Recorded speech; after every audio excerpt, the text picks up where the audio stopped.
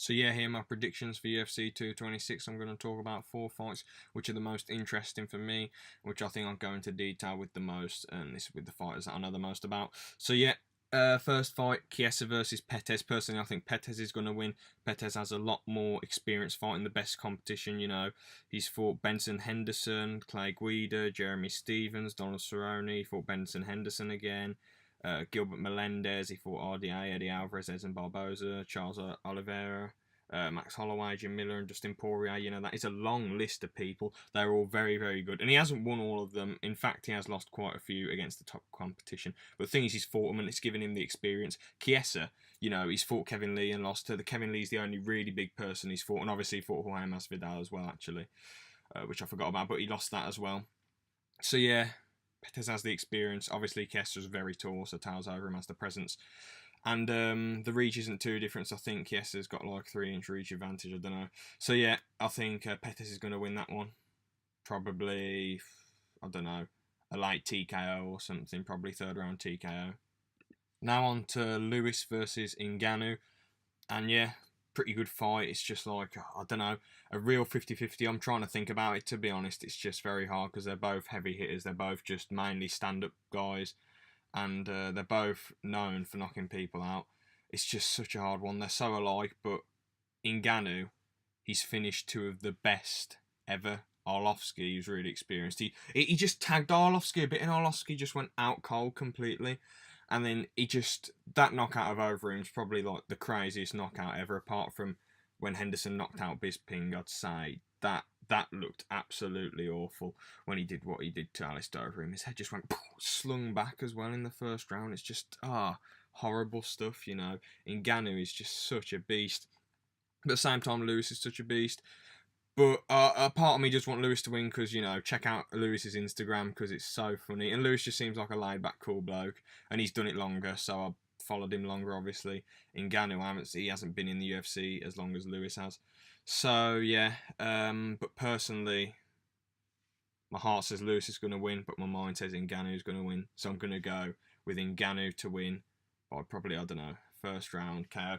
But the thing is, I'll make a few more points because, like, I know I didn't make a video for this. I was taking my hiatus from YouTube. But I thought that I was one of the few people that thought that Stipe was going to beat Ngannou because we never seen his chin tested. And in that Stipe fight, we never saw his chin tested. We saw his ground game be exposed, you know, and he wasn't very good on the ground at all. But, yeah, I honestly thought Stipe would knock him out. I didn't think he'd wrestle him. I thought Stipe would just find a way to knock him out. But he didn't. He wrestled him and won. Stipe did. So, yeah, but his chin hasn't been tested, so that's something in Lewis's favour. But I still think Ngannou's going to win.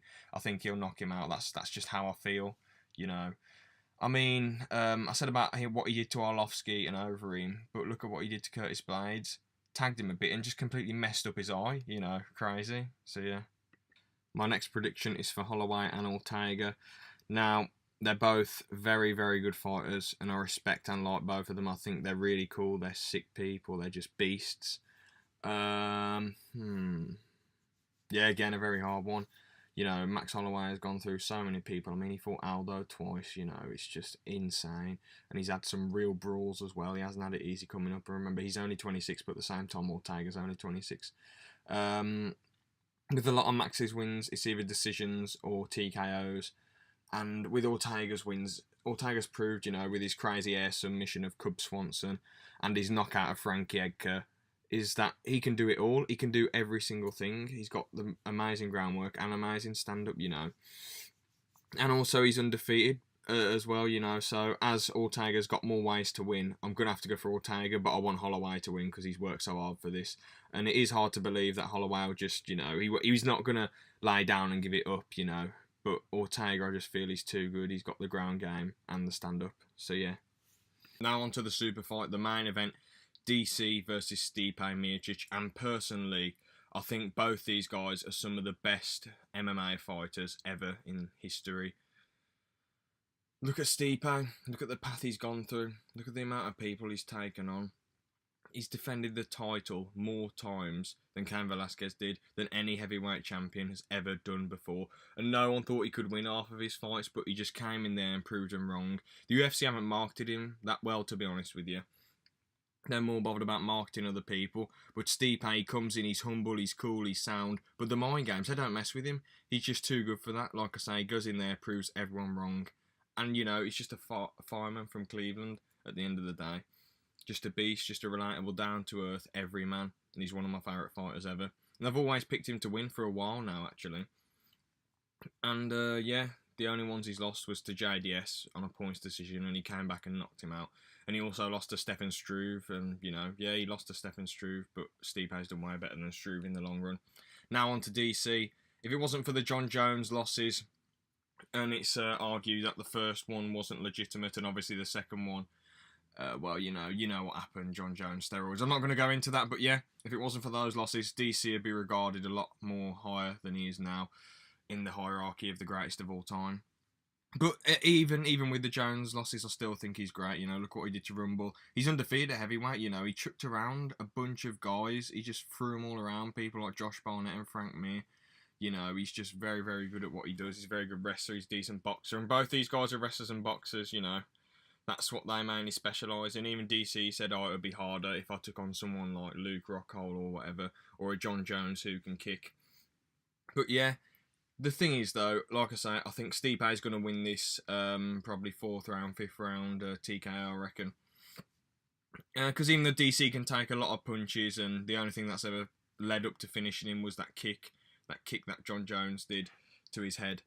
Apart from that, I know he hasn't been finished. But the thing is, DC went down to light heavyweight for a reason, you know. And Stipe, you're not talking about DC fighting the 15th best heavyweight or the 10th best heavyweight. You're talking about him fighting the greatest heavyweight, the champion, arguably the greatest heavyweight of all time. He's the greatest heavyweight of all time, in my opinion. So yeah, and also when DC was asked, "Oh, do you want to fight Stipe or Ngannou?" at one of the press conferences at the press conference for UFC 220, DC was like, "Oh, I ain't fighting these guys," so you know. He's just done it for a lot of cash, and also DC is older than Stipe, but maybe DC can wear out Stipe. But if I was at gunpoint, I would pick Stipe to win by 4th round TKO. Yep, those are my predictions for UFC 226. Thanks for watching. See ya. Peace.